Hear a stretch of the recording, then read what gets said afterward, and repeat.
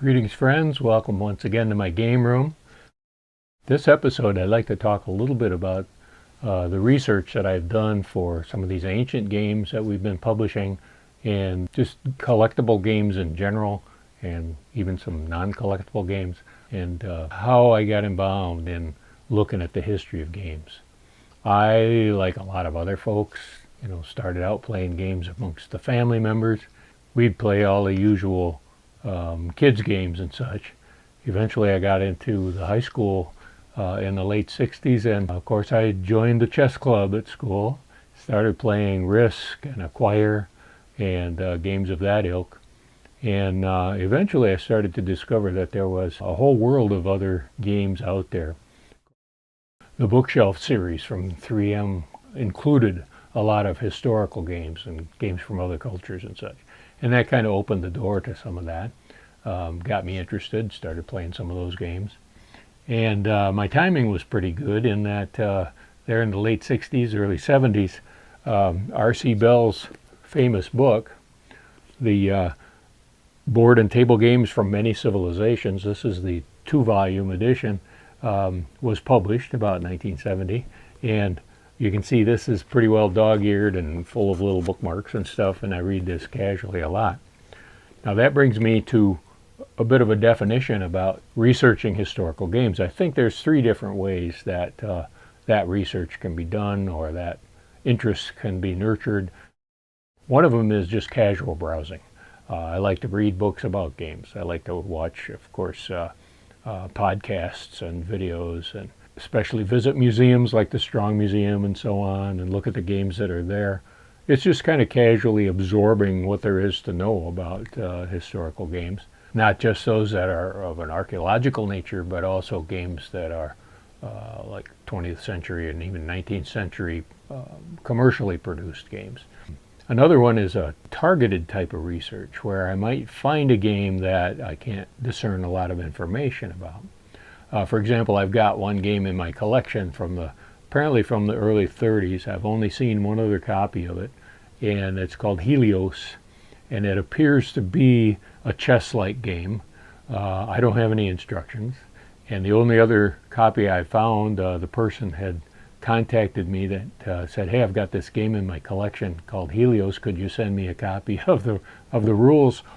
I don't have the rules either, so it's still kind of a mystery how the game's supposed to be played. Maybe someday we'll come across that. But that was a case of trying to find who published the game, when it was published, where it was published. Are there any collectors that actually own it that do have the instructions? There's a game called Gusher, which was produced by the Karem Company. I've got 2 copies of it right now, and they're not in too good a shape. I want to do a little restoration and make sure I've got a complete set. The Karem Company is still in business. It's changed hands a few times over the years, but I contacted them and said, "Hey, I've got this game. It was produced, in the early 50s, late 40s maybe, and it's got your name on it. What can you tell me about it?" And they had no idea. So I'm doing some research on their behalf. And I'm sure there's more information out there that will eventually track it down and make a complete set. And then there might be a situation where I recognize a technique or a mechanic in a modern game, and I'll say, "Oh, that looks very familiar. That may be something that has roots in an old game, several centuries old," or something like that. There's a lot of opportunity to do that sort of research. And of course the opposite is true, to look for a specific mechanic in historical documents and so on that will become a component of a modern game. I think a good example of that is a game called 5 Tribes, which uses a Mancala mechanic in the distribution of the pieces on the board. That's clever and I think well incorporated. That's a good example. Traditional mechanic that's being implemented into a modern game.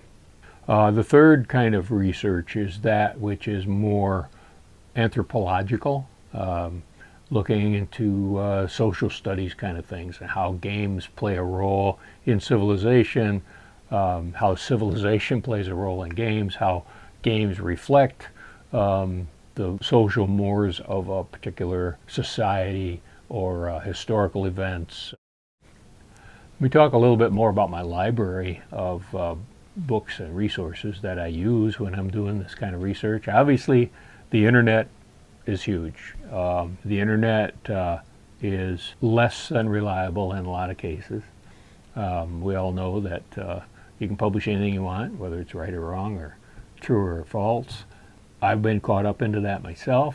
I've found some evidence in several different places that say, okay, this is obviously not cut and pasted, says the same thing, must be true, and then find out later that it's not. It's sort of like looking at historical maps, and maps are based on other maps, which are based on other maps, and inexact features are passed on sometimes for a century before somebody says, you know what, this map is wrong, we better start over. A lot of research can exist like that too, that, oh, we thought it was like this for a long time, and then suddenly somebody finds a new piece of evidence or new theory or whatever. Other resources as far as printed matter, like Stuart Coulin's books from 125 years ago or so, are a staple in the collection and archaeological industry as far as game research is concerned. I can't afford those, but I do have access to PDFs. Murray's books from early 20th century are another critical resource that I can't afford, but I found some resources. A lot of the Hoyle books, more recently Irving Finkel's publications. Pretty fascinating research into ancient games. Reliable resources for game research that exist out there. And even then, even within those books, there are differences of opinion. And even my friend R.C. Bell has some variances that I don't think are 100% accurate in there. I also look a lot at collector resources, like the old price guides and stuff like that.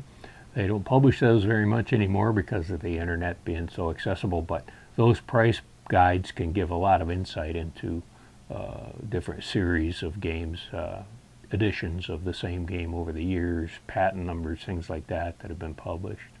And of course, belonging to organizations that are collectors can give you a lot of resources and a lot of a network that you can contact to say, hey, I found this. Is it true? Is it valid? What can you tell me? There's always somebody out there that knows more than I do, and trying to network with those folks is an invaluable way to track down more information. But there's the old adage that you can never have enough books, and the newer adage that you can never have enough games. And so we try to combine those two and say you can never have enough books about games. So that's just a quick little summary of what some of the resources I have, like Mr. Bell, to look into where these games came from and so on.